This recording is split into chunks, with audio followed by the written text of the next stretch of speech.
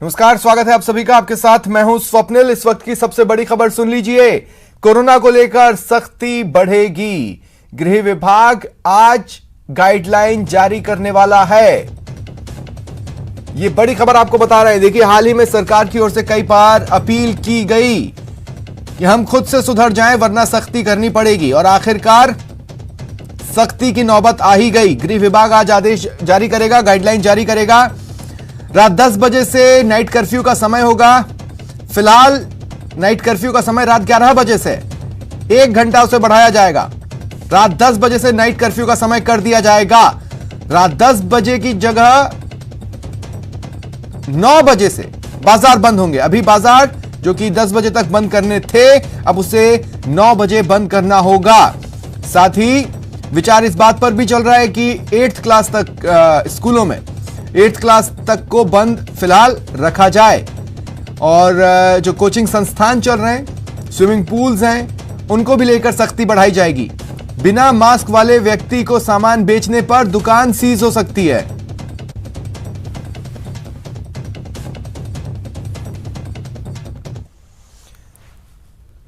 Gehlot cabinet की आज एक बैठक हुई जिसमें बड़ा निर्णय लिया गया। 6000 गाइड की भर्ती का रास्ता खुला है।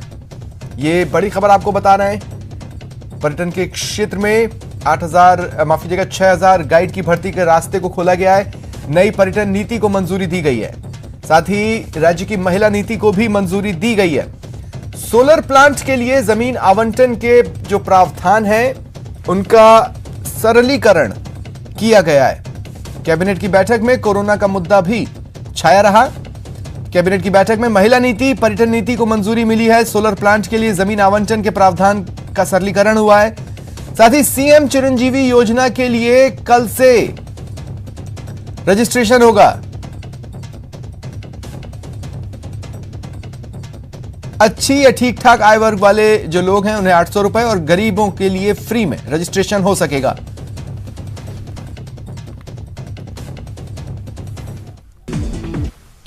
बढ़ते आगे। भारतीय सेना को दुनिया की सबसे प्रोफेशनल सेनाओं में गिना जाता है। न केवल प्रोफेशनल फ्रंट पर बल्कि मानवता के लिए हर स्तर पर हमारे सैनिक अपने आप में एक मिसाल हैं। जम्मू कश्मीर के तंगधार और लद्दाख के खरदूनला पास से सेना के जवानों की ऐसी ही तस्वीरें सामने आई हैं।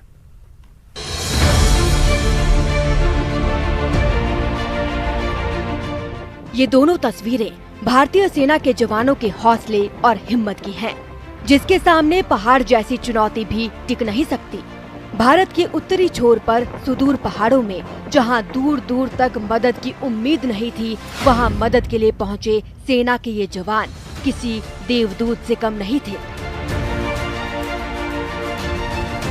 जम्मू कश्मीर में कुपवाड़ा के तंगधार में एक महिला की तबीयत अचानक खराब हो गई, लेकिन रात और घने जंगल में पहाड़ों के बीच से रास्ता महिला को अस्पताल पहुंचाने में सबसे बड़ी बाधा था। ग्रामीणों की मदद मांगने पर सेना के जवानों ने मोर्चा संभाला और खाट को ही महिला के लिए स्ट्रेचर बना दिया। इसके बाद सेना के जवान महिला को कंधे पर लेकर कई किलोमीटर पैदल चले और अस्पताल पहुंचाया। इस पूरे वीडियो को सेना ने जारी किया है।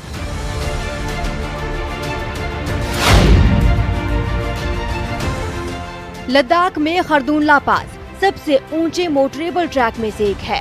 यहाँ भारी बर्फबारी में 2 पर्यटक एक कार में फंस गए। दूर दूर तक सिर्फ बर्फ ही बर्फ थी और पर्यटकों की कार भी धीरे धीरे बर्फबारी में ढकती जा रही थी। मदद मांगे जाने पर लद्दाख पुलिस और सेना के जवान मौके पर पहुंचे और कार को तलाश कर बर्फ हटाने का काम किया।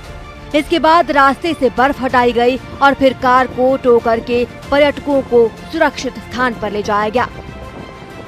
Bureau report, news 18 network. देश में कोरोना के बढ़ते मामलों के मद्देनजर केंद्र सरकार ने राज्य सरकारों को चेतावनी जारी की।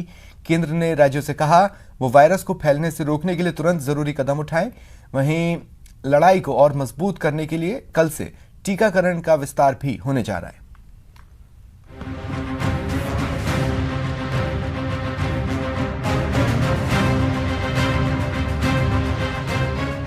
देश भर में कोरोना वायरस का संकट कम होने का नाम नहीं ले रहा है। लोगों की लापरवाही और कोरोना गाइडलाइंस की अनदेखी का ही नतीजा है कि पिछले 7 दिनों से कोरोना वायरस के रोजाना 50,000 से ज्यादा नए मामले सामने आ रहे हैं। पिछले 24 घंटों की बात करें तो देश भर में 53,125 नए मामले सामने आए हैं। इस दौरान 41,217 मरीज स्वस्थ भी हुए हैं, जबकि 355 लोगों की मौत हुई है।